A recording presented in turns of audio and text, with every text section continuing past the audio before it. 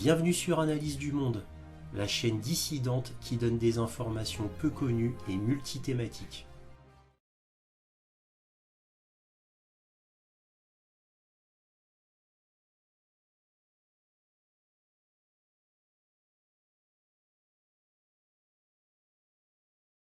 Bonjour à vous, bienvenue sur Analyse du Monde.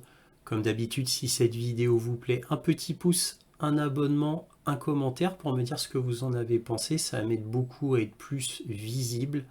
Et éventuellement un petit don, lien dans la description, cela m'aide à publier régulièrement. Alors on m'a remonté, grâce à des gens qui me regardent sur ProtonMail, que eh bien, leur abonnement disparaissait. J'en ai même un qui m'a dit qu'il s'est abonné 3 fois, puisque en quelques secondes, YouTube le désabonnait systématiquement. Donc il suffisait qu'il s'en aille de YouTube et qu'il revienne dans YouTube, et il voyait que son abonnement n'avait pas été pris en compte. Bref, tout ça pour vous dire, mes chers auditeurs, vérifiez votre abonnement. Vérifiez que vous êtes toujours bien abonné. Vérifiez aussi que vous cliquez bien sur la petite cloche pour ne rien manquer. Donc ça, c'est important pour être toujours au courant. Et ça pousse mes vidéos sur votre YouTube. Puisque on m'a remonté aussi que même ceux qui me suivaient régulièrement, eh bien, mes vidéos ne remontaient pas automatiquement comme vidéos à voir. Alors, je suis pas le seul, hein, je connais plein d'autres youtubeurs qui parlent de sujets un peu délicats, qui ont exactement le même problème. Donc, la seule façon de faire, c'est de bien cliquer sur la cloche, de vérifier vos abonnements, et quand vous ne voyez pas des vidéos malgré tout apparaître, eh bien, faut aller sur ma chaîne tout simplement et recommencer de voir si la petite cloche a bien été prise en compte, est-ce que l'abonnement a bien été pris en compte. Voilà, donc je voulais faire ce rappel grâce à certains auditeurs qui m'ont révélé ce genre de méfaits de YouTube, ce qui ne m'a pas étonné du tout, parce qu'encore une fois, c'est déjà arrivé à d'autres youtubeurs. Bref, donc cette vidéo va être sur le fait que Bakhmout est tombé aux mains des Russes, principalement grâce à l'organisation Wagner, dont à sa tête il y a Yevgeny Prigojine. Évidemment, Bakhmout a été prise surtout par Wagner, mais Wagner n'aurait jamais pu rien faire sans l'aide de l'armée régulière, qui s'occupait de la banlieue nord, de la banlieue sud et de la banlieue est. Mais Wagner a quand même accompli un exploit, car avec environ 10 000 hommes pendant les 9 mois qu'a duré cette bataille épique, eh bien, ils ont réussi un véritable exploit grâce à la grande compétence des Wagnériens, pourrait-on dire, et leur bravoure. Alors évidemment, cela n'enlève rien aux soldats ukrainiens qui se sont battus avec grande bravoure aussi, beaucoup de compétences, même si quand même, comme le disait Prigojine, c'est un hachoir à viande, c'est-à-dire que Bakhmout a quand même eu énormément de soldats frais qui arrivaient régulièrement dans la ville, ce que n'était pas le cas de Wagner. Wagner en a eu bien sûr, mais infiniment moins que l'armée ukrainienne. Donc l'armée ukrainienne s'est quand même fort bien battue, et quand Prigojine a montré le drapeau russe et a dit qu'il avait pris Bakhmout et qu'il n'y restait plus aucun Ukrainien dedans, il a tenu à rendre hommage aux combattants ukrainiens, aux soldats ukrainiens qui s'étaient bravement battus. Ce qui est quand même une bonne chose, c'est très honorable de sa part d'avoir dit cela. Voilà. Mais avant d'aller plus loin dans cette vidéo et sur la victoire russe de Bakhmout, je voulais montrer un petit échantillon des médias quand même, suite à l'entretien qu'avait eu Zelensky avec Joe Biden, où il avait répondu de manière pas très nette concernant ce qui s'est passé à Bakhmout, et il laissait planer le doute sur le fait que les Ukrainiens étaient toujours bien à Bakhmout. Il a laissé planer le doute dans le sens où ça laissait à penser que les Russes avaient bien eu une victoire totale sur Bakhmout. Donc là, je vais vous en parler avec quelques petits sites internet très intéressants. Voilà, nous voyons Yevgeny Prigojine, donc le chef de Wagner, qui dit que Bakhmout a été prise le 20 mai aux alentours de midi par ses hommes, donc le groupe Wagner. Mais bon, en réalité, il ne faut pas oublier qu'il y a l'armée régulière russe derrière qui aidait beaucoup, particulièrement sur les flancs. Mais bon. Donc voilà, Bakhmout a été prise par Wagner, donc par les Russes, le 20 mai. Mais les médias ne sont pas d'accord. Vous allez voir pourquoi. Alors pourquoi je vous dis ça? Alors, avant, les médias se sont pris un gros coup de massue sur la tête. Surtout que lors de l'entretien avec Joe Biden, Zelensky, suite à la question d'un journaliste qui demandait si Bakhmout était tombé aux mains des Russes, Zelensky répond maladroitement que bon, il ne le pense pas, mais quand même, Bakhmout c'est plus qu'un vaste terrain vague, tout a été détruit, Bakhmout ressemble à Hiroshima, Bakhmout ressemble à la Lune. Alors quand il a dit que Bakhmout ressemblait à Hiroshima, évidemment ça a fait jaser au Japon de comparer Bakhmout à Hiroshima. Voilà, donc ça c'est ce qu'il a dit, donc ce qui a mis un peu dans le doute les médias. Mais le lendemain, Zelensky se rattrape et il dit non, ils n'ont pas pris la ville, il reste encore des troupes ukrainiennes à Bakhmout. Bref, du rattrapage. Voilà, donc ça c'est ce que disent les médias maintenant. Mais qu'ont-ils dit le 19 mai? Alors, j'ai pris un exemple. Al Jazeera, par exemple, la bataille de Bakhmout fait rage alors que l'Ukraine revendique des avancées et que la Russie recule.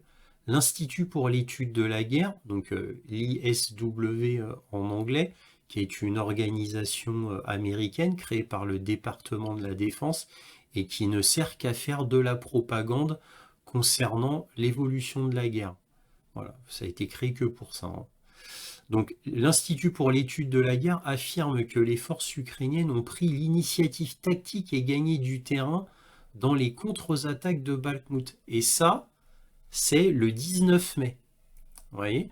Al Jazeera. Bon, Al Jazeera, c'est complètement sous la houlette américaine, hein, évidemment. Et on a The Telegraph, par exemple, donc le 19 mai, comment l'Ukraine a renversé le piège russe de Bakhmout, défense en profondeur, tomber dans son propre piège sur le champ de bataille est une grave erreur. Mais c'est exactement ce que la Russie a fait. Voilà. Donc ça, c'est le type de choses qu'on peut lire dans les médias. Et ça, c'était au 19 mai, hein, vous voyez, la veille de la victoire russe. Donc, pour vous dire que le fait que Bakhmout ait été prise, les médias ont encore beaucoup de mal à l'accepter, ils ont encore beaucoup de mal à l'avaler. Et on peut le comprendre. Un journal ukrainien publie le 22 mai, c'est-à-dire 2 jours après la victoire russe, ils reprennent ce qu'a dit le général Siersky, qui est le général des forces armées terrestres ukrainiennes, qui, comme je vous l'avais dit dans ma précédente vidéo, eh bien, s'occupe exclusivement de Bakhmout, donc il ne pouvait pas s'occuper d'une grande contre-offensive ukrainienne.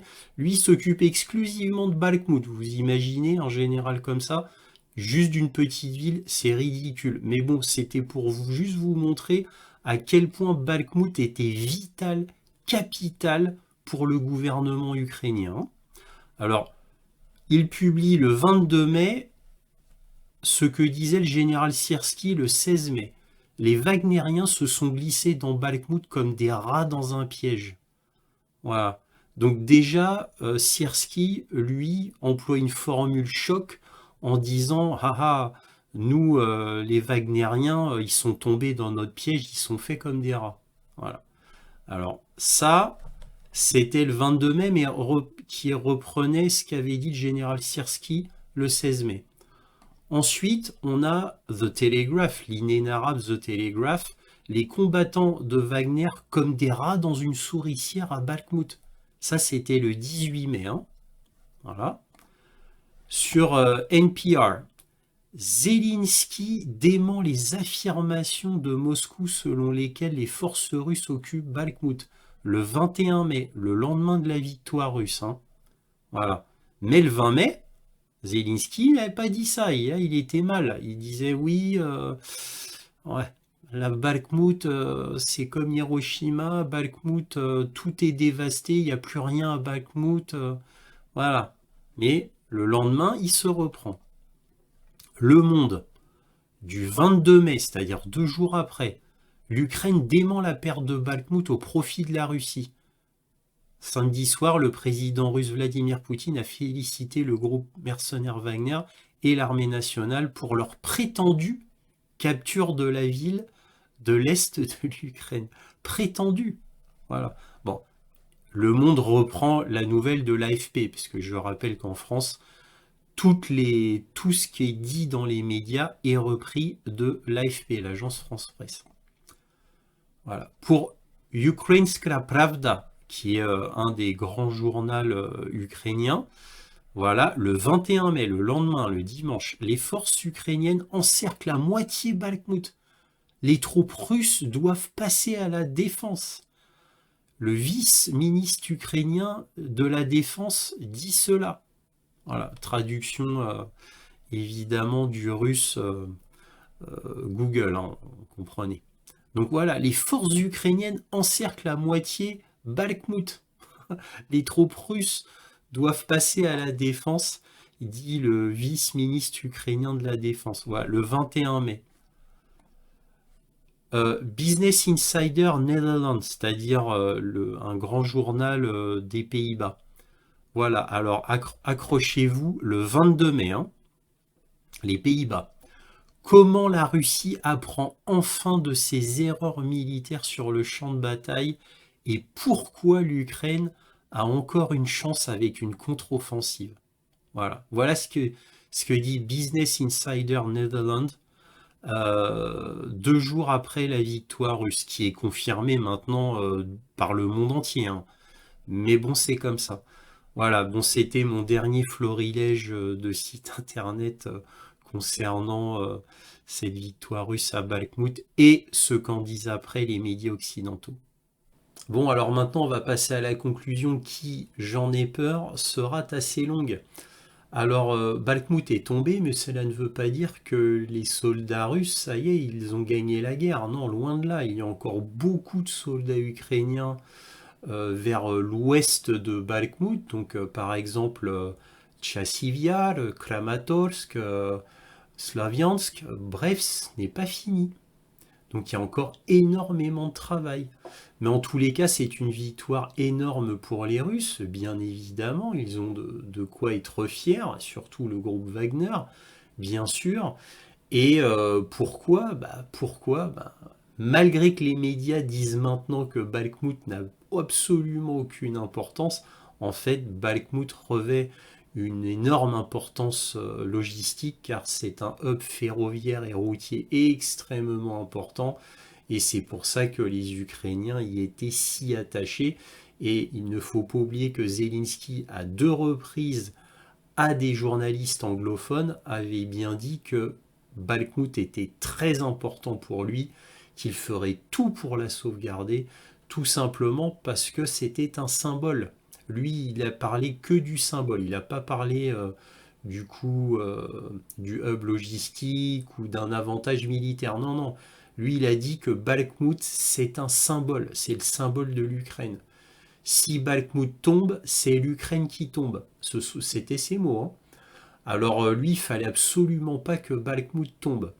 Voilà, sa dernière interview, c'était dans un train. Il était dans un train avec une journaliste américaine, je crois, ou anglaise, je ne sais plus, où il avait dit cela. Donc Bakhmout, extrêmement important pour l'Ukraine, on est d'accord, mais aussi important pour les Russes, bien sûr, au niveau du hub logistique, donc ils vont pouvoir reprendre cette ville et cela va être à eux d'en profiter une fois qu'ils ont remis en état les nœuds ferroviaires. Bref, Et n'oublions pas que Zelensky a été au Congrès américain, qu'il a présenté le drapeau ukrainien avec la signature de certains des combattants de Bakhmout. Il avait même remis le drapeau à Nancy Pelosi à ce moment-là. Donc c'est pour vous dire que Bakhmout est extrêmement important pour les Ukrainiens et puis pour Zelensky. Il avait même ajouté au Congrès américain, Zelensky, que c'était le Stalingrad ukrainien, Bakhmout. Hein. Donc c'est pour vous dire que voilà, que symboliquement le fait que les Russes aient pris Bakhmout, si ça les touche. Ils ont beau dire, quoi, les médias disent que en fait Bakhmout c'est rien, mais en fait si c'est absolument énorme. Alors les médias disent toujours des mensonges en disant que finalement Bakhmout était sans importance, et cela m'a rappelé une émission de LCI avec Pujadas où vraiment étonnamment Pujadas avait dit oui, bon, comme les Russes apparemment vont prendre Bakhmout, nous les médias ont dit que Bakhmout est sans importance pour minimiser la peut-être future victoire russe. Ce n'est peut-être pas très honnête de notre part. Et ça, c'était Pujadas qui avait dit ça sur LCI. En fait, c'était tellement énorme que lors d'un point militaire, je ne sais plus lequel, sur l'Ukraine, j'avais repris cela. J'avais repris ce qu'avait dit Pujadas tellement c'était étonnant. Et là, il se trouve que c'est exactement ce qui est en train d'arriver. C'est-à-dire que Bakhmout, c'est extrêmement important pendant qu'il y avait encore un flottement, on ne savait pas qui allait gagner, bon c'était il y a longtemps. Hein. Mais après, voilà, on a vu que les Russes commençaient à avancer et allaient évidemment gagner Bakhmout. Et c'est à partir de là que les médias ont dit que Bakhmout, non, c'est rien, Bakhmout, aucune importance. Et là, dernièrement, le général Yakovlev, hein, l'inénarrable général Yakovlev, qui était un haut responsable de l'OTAN, a encore dit là, aujourd'hui ou hier, je ne sais plus, que Bakhmout n'avait absolument aucune importance, aucun intérêt stratégique. Voilà. Il faut minimiser la victoire russe. Voilà. Alors, des rapports russes disent depuis janvier, ce sont des rapports russes, hein, c'est pas le ministère de la Défense russe. Hein. Donc à prendre avec des pincettes, bien sûr. Donc moi, les rapports que j'ai, mon militaire quand même, malgré tout, disent que plus de 40 000 soldats ukrainiens sont morts dans le hachoir à viande. Alors ils reprennent ce terme que j'aime pas trop moi personnellement, hachoir à viande. Je trouve que c'est pas très élégant, mais bon, je suis obligé de le reprendre, puisque ça semble être quasi officiel chez les Russes. Hein, les Russes appellent Bakhmout hachoir à viande. Ils mettent ça dans leur rapport officiel, Bakhmout hachoir à viande. Voilà, moi ça me plaît pas trop, mais bon, c'est comme ça. Donc c'est une expression qui a été inventée par Prigogine. Hein, voilà. Suite à la stratégie décidée de Sourovikine, puisque en fait Sourovikine, il y a 9 mois, avait dit bon, Bakhmout, nous c'est très important pour nous, vu que c'est un hub logistique important, il faut absolument prendre ça. Et on va essayer de garder Bakhmout plus longtemps possible afin que les Ukrainiens aillent dessus et on va faire comme ça une guerre d'attrition. Et c'est Sourovikine qui a inventé ce stratagème. Alors bon, apparemment ça s'est très bien passé pour les Russes, donc Sourovikine a joué, il a gagné, mais c'était pas sûr que ça fonctionne. On a mis Wagner dans Bakhmout afin que Bakhmout soit vraiment un centre très visible de communication, que la terre entière en parle, afin que vraiment cela soit un symbole. Et c'est pour ça que les Russes ont mis Wagner. Que Sourovikine a mis Wagner en lumière. Alors, je ne dis pas que c'est Sourovikine qui a mis Wagner à Bakhmout, puisqu'il y avait encore un général avant, qui était le général Lapine. Le général Lapine a été remplacé par Sourovikine, même si le général Lapine a fait du bon travail. Hein. Mais Sourovikine a repris le flambeau et c'est lui qui a mis en place la guerre d'attrition. Et c'était un stratagème, c'était pas sûr que ça marche.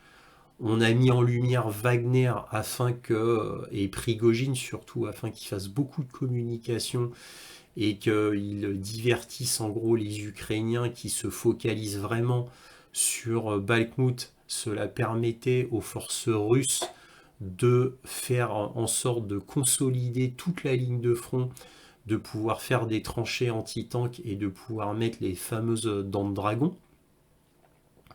Donc c'était un stratagème qui a fonctionné. Voilà, tout simplement. Alors faut pas oublier que au plus intense moment de la guerre dans Bakhmout, Zelensky, quand il était en mode je joue le martyr afin d'avoir plus d'armement, puisque c'était à l'époque où les Européens et les Américains ne voulaient toujours pas donner de tanks. Donc à cette époque-là, Zelensky lui-même disait qu'il perdait 400 soldats par jour à Bakhmout. Juste à Bakhmout, hein. Voilà, ça c'était période martyr Zelensky. Bon, après, il a passé à autre chose, hein, parce qu'évidemment, sinon, ça a démoralisé les troupes, donc il ne pouvait pas dire ça longtemps. Donc, nous retrouvons évidemment le narratif ensuite classique de Zelensky, qui est, après, c'était l'inverse, à Bakhmout, il y a un océan de soldats russes abattus. Mais au même moment, il y avait eu des articles du New York Times qui interrogeaient des soldats ukrainiens dans Bakhmout. Et étonnamment, des soldats ukrainiens disaient, mais on ne comprend pas pourquoi on se bat à Bakhmout. Qu'est-ce qu'on fait à Bakhmout? On ne le sait pas. On ne le sait pas. Évidemment, des soldats ukrainiens disaient que c'était très très difficile pour eux à Bakhmout. Ça, c'était des articles du New York Times. Mais c'était au même moment où le général Zaloujny, qui est le commandant des forces suprêmes ukrainiennes, a dit à 3 reprises à Zelensky, il avait conseillé à 3 reprises, qu'il fallait absolument faire une retraite à Bakhmout, sinon il allait perdre beaucoup trop d'hommes. Zelensky avait refusé à 3 reprises, et c'était au moment où le Pentagone, à 2 reprises, avait officiellement conseillé à Zelensky de faire une retraite de Bakhmout. Et c'était au même moment où les services secrets allemands avaient été retournés en Allemagne et avaient dit à Scholz que Scholz devait dire à Zelensky de faire une retraite de Bakhmout, parce qu'il y avait la BND à Bakhmout à ce moment-là, dans cette période-là. Et le BND avait vu que la force armée ukrainienne se faisait massacrer. Donc quand ils sont rentrés en Allemagne, ils avaient dit à Scholz, bon bah Scholz, faut vraiment que tu dises à Zelensky qu'il fasse une retraite parce que là c'est pas possible. Voilà, donc ça c'était il y a quelques mois. Donc pas si longtemps que ça, évidemment. Tout cela est répertorié dans mes anciennes vidéos Point sur l'Ukraine. Donc vous pouvez les retrouver sur Odyssée. Voilà. Donc tout ça, je l'avais dit, et en plus à plusieurs reprises. Bon, pour tous ceux qui me suivent, hein, parce que j'avais repris les coupures de journaux du New York Times, pour tous ceux qui me suivent, vous le savez déjà. Voilà.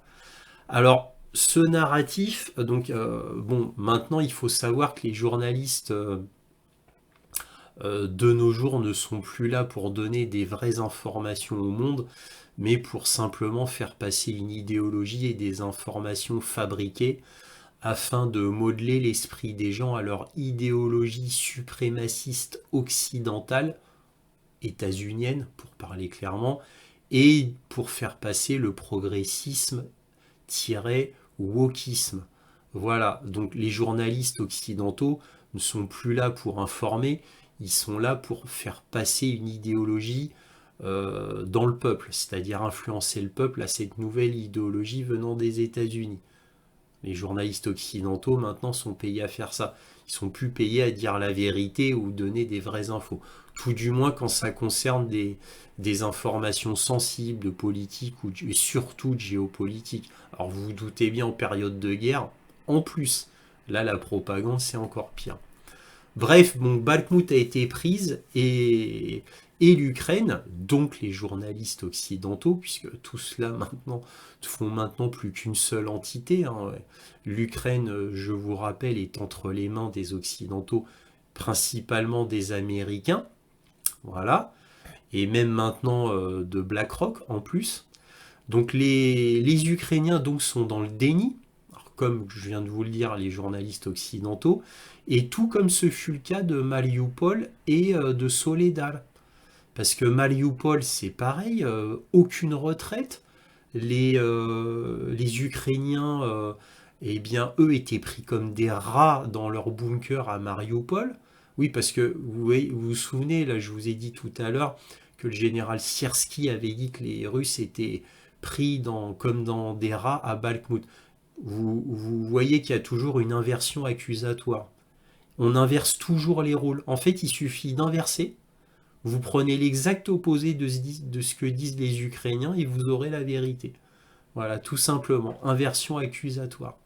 Voilà. Donc ils ont fait ça à Mariupol, voilà, et à Soledar. Et Prigogine, lui, a toujours dit la vérité. Hein. À chaque fois que Prigogine il dit que c'est comme ça, il n'a jamais menti, Prigogine, hein, depuis le début de la guerre.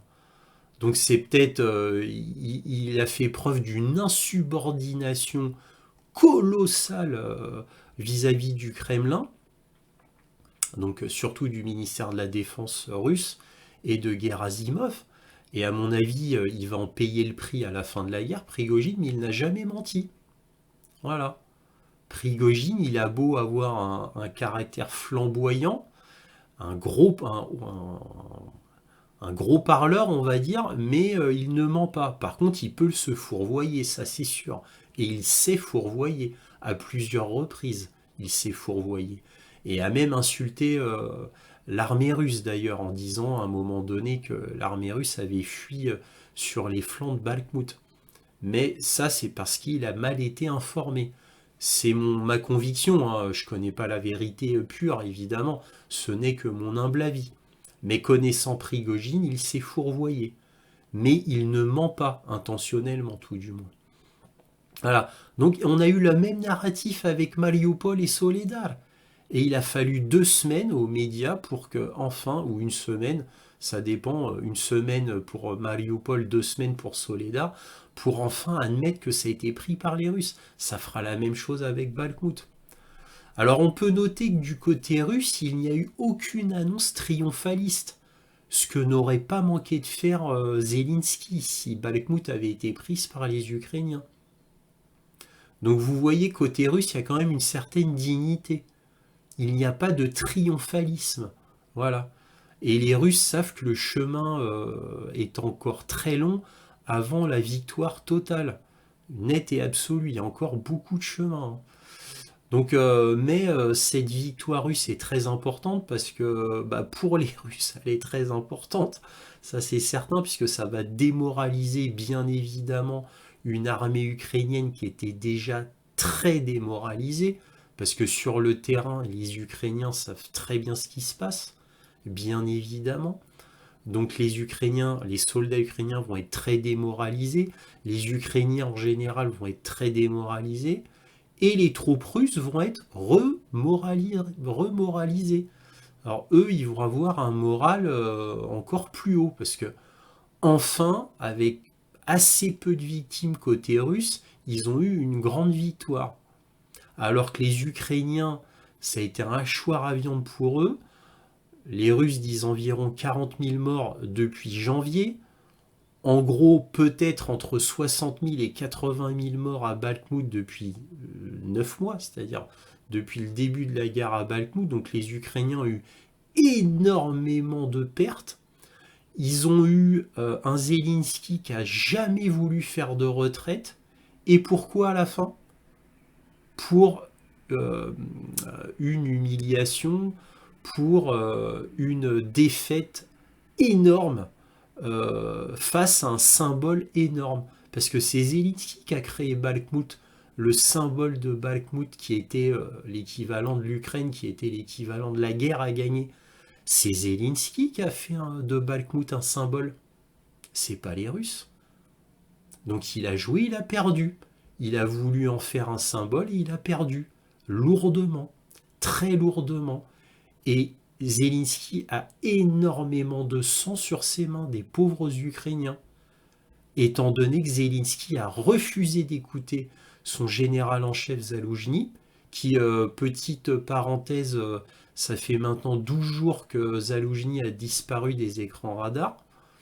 Donc là, la rumeur comme quoi il aurait été tué par le gouvernement ukrainien bah, commence à prendre de l'ampleur, hein, parce que ça fait un long moment que Zaloujny ne donne plus signe de vie en réalité, c'est-à-dire en image. Donc, étant donné que Zaloujny avait conseillé 3 fois Zelensky de faire une retraite de Bakhmout, Zaloujny a dû dire écoute Zelensky, là tu fais vraiment n'importe quoi, on va perdre Bakhmout et tous ces hommes seront morts, tous mes hommes seront morts pour un rien, fais quelque chose, fais une retraite. Et comme il a dû insister un peu trop fort, encore une fois, là, ça n'est que ma spéculation. Là, c'est que moi qui dis ça, hein. Voilà, ce n'est que moi. Mais c'est possible. Très, très possible même. Parce qu'avant, Zaloujny, il n'hésitait pas à prendre la parole et à se montrer, hein. Voilà. Et moi, ça fait des mois que je vous dis dans mes points sur l'Ukraine, et anciennement points militaires, que Zaloujny s'entend pas bien avec Zelensky. Je vous avais dit que Zaloujny risquait sa place. Je vous ai dit ça à plusieurs reprises. Et voilà, à mon avis, j'ai raison là-dessus. On verra bien. Alors, le général Soulovikine, donc l'inventeur pour l'Ukraine de la guerre d'attrition, qui, qui a quasiment dit officiellement que Bakhmout allait être le centre de sa guerre d'attrition, bah, lui, Soulovikine, eh bien, c'est pas pour rien qu'il a pris du galon il y a plusieurs mois de cela quand on l'a écarté du terrain pour aller carrément à l'état-major, travailler avec Gerasimov et Shoigu directement. Donc là, il mérite amplement ses galons. Donc, bah voilà, donc effectivement, ça s'est passé comme il avait prévu. Donc des hordes de soldats ukrainiens se sont cassés les dents sur Bakhmout, énormément d'attrition côté ukrainien. Voilà, bon, je ne vais pas répéter tout ça. Vladimir Poutine a félicité Wagner et l'armée russe. Armée russe sans qui Wagner n'aurait rien pu faire, il faut quand même le dire. Donc, mais Vladimir Poutine a fait une annonce, moi j'ai regardé son annonce officielle, il a dit les combattants militaires de l'armée russe seront récompensés. Alors si on sait bien lire entre les lignes, ça veut dire que Prigojine risque de ne pas être récompensé. C'est évidemment ces acolytes wagnériens, oui, parce que ce sont de véritables militaires, mais lui, Prigojine, non, il risque de ne pas être décoré, parce que Prigojine n'est qu'un civil. Je le rappelle, c'est un commercial, quelqu'un qui fait du marketing, c'est son travail, hein, d'ailleurs, hein. Et il le fait très bien, hein. C'est un homme très capable, attention, hein. Et même sur le terrain, hein, en tant que commandant des forces de Wagner sur Bakhmout, il est très capable, attention, hein, attention. Mais officiellement, ce n'est qu'un civil. Donc, peut-être ne sera-t-il pas décoré. Et suite à toutes ces insubordinations, cela ne m'étonnerait pas. Et peut-être même qu'il ira en cour martiale. Mais bon, nous verrons. On verra bien. On verra bien. En tous les cas, que peut-on dire d'autre? Nous voyons là que l'armée ukrainienne quand même s'est battue avec bravoure et avec pas mal de compétences, malgré tout, même s'il y a eu énormément de morts côté ukrainien. Alors je le répète, hein, énormément de sang sur les mains de Zelensky. Mes derniers mots vont vraiment être pour les soldats ukrainiens qui sont morts en Ukraine. Je parle rarement des soldats ukrainiens, mais je voulais vraiment dire que c'est immensément triste pour eux. Leur sort est immensément triste, car ils ne méritent pas ce qui leur arrive. C'est un peuple frère vis-à-vis des Russes, qui souvent parlent la même langue, qui ont la même culture. Les Ukrainiens, le peuple ukrainien fut entraîné par les États-Unis en 2014 suite à leur coup d'État en Ukraine. Donc les Ukrainiens ne demandaient rien de tout cela, ils n'ont fait que subir. Les Ukrainiens ont subi l'influence des États-Unis qui, dès 2014, ont mis en place les groupes néo-nazis, Bataillon Azov, le secteur droit et la faction Stepan Bandera. Et tout cela est à cause des Américains, quoi, du gouvernement américain pour être exact. Donc pleurons ces pauvres Ukrainiens qui sont morts pour un rien. L'Ukraine était un pays qui se portait bien avant l'invasion russe, mais qui se portait de plus en plus mal malgré tout après 2014, bien évidemment, puisque après 2014, il y avait des dissensions en Ukraine avec le Donbass. Et la première ville à prendre les armes contre le gouvernement kievien, c'était à Slaviansk, après à Donetsk, et après, etc., avec Lugansk, etc., etc. Il y a ça aussi, pourquoi les Russes veulent aussi prendre Slaviansk, hein. C'est très symbolique pour les Russes, puisque c'est là que les premiers Ukrainiens pro-russes ont pris les armes contre le gouvernement de Kiev. Voilà, petit aparté comme ça.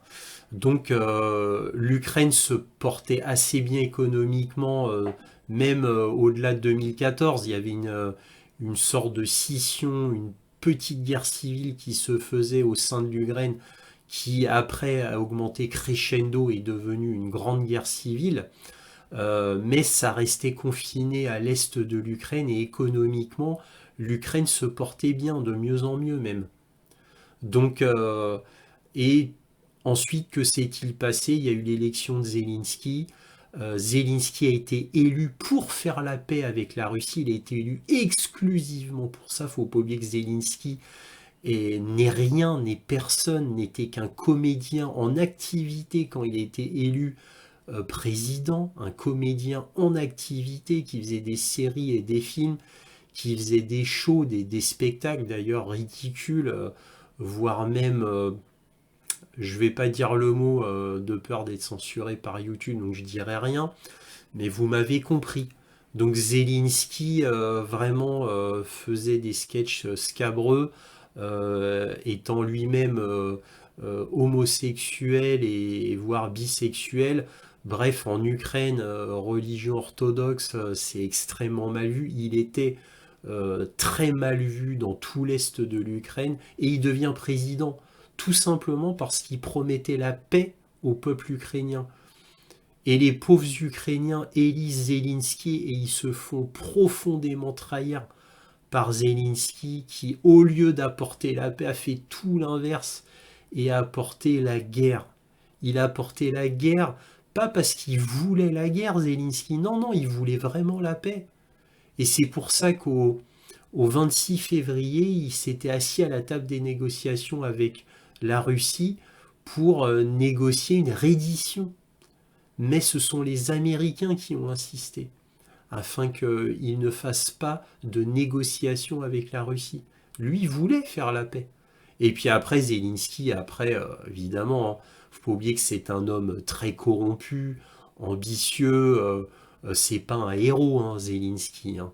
Donc lui, il a vite baissé son pantalon, il a vite oublié les négociations avec la Russie, voilà, il a vite oublié son pays, et il a écouté l'oncle Sam qui lui a dit quoi faire. Et Zelensky est devenu une marionnette aux mains des États-Unis. Après, vous connaissez ce qui s'est passé.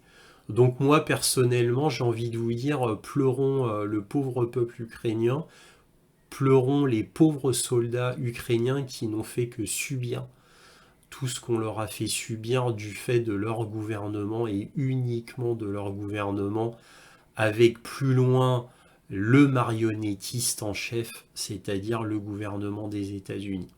Voilà, ce sont mes derniers mots. Si cette vidéo vous a plu, un petit pouce, un abonnement, un commentaire pour me dire ce que vous en avez pensé, éventuellement un petit don, lien dans la description.